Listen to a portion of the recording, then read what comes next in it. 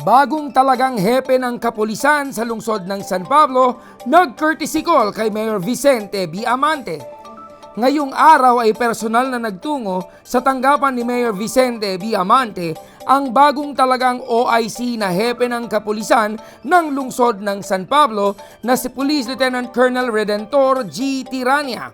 Ang nasabing courtesy call ay isinagawa upang agad na maging kahanay na ng puwersa ng kapulisan ang mga adhikaing magpapatatag sa seguridad at kapayapaan sa buong kalunsuran na ninanais ng administrasyon ng pamahalang lokal sa pamumuno ni Mayor Vicente B. Amante. Gali-gali siya para sa Breaking News. Ako po si Police Lieutenant Colonel Redentor Tirania. Ako po ay tubong Rizal Province. At ang aking mga asawa ay tubong Santo Angel, Bihuyan. Sa aking karanasan bilang pulis, ako po ay dating non-commissioning officer simula po akong DO1. Bago ako nag-exam sa akademya sa PNPA at graduate bilang miyembro ng PNPA Class 2005. Ang una po pong karanasan sa aking pagiging opisyal ay sa Special Action Force.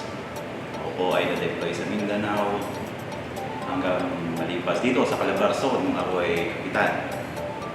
At ako ay na-assign sa Regional Mobile Force Battalion. Kaya po, ang Laguna po ay pamilyar na sa akin.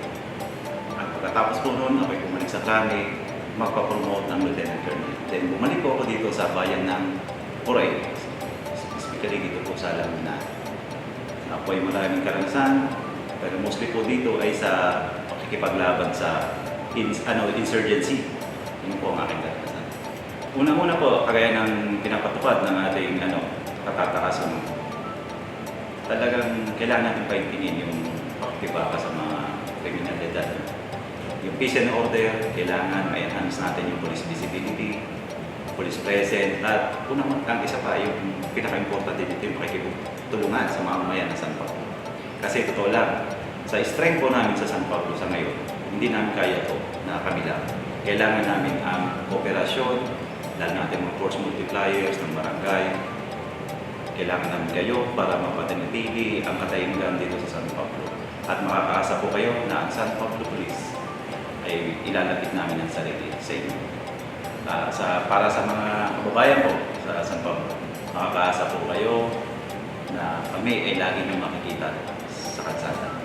At makakaasa kayo na kami magiging patas sa pagpapatupad na ang aming sinumpang tungkulin para mapatantili ang kaayusan, kapayapaan dito sa San Pablo. Upang manatiling updated sa mga kaganapan at anunsyo sa ating bayan, tutok lamang sa City Information Office. Palaging pakatatandaan na ang lokal na pamahalaan sa pamumuno ng ating punong lungsod, Vicente B. Amante, ay laging bukas at handang maglingkod para sa lahat.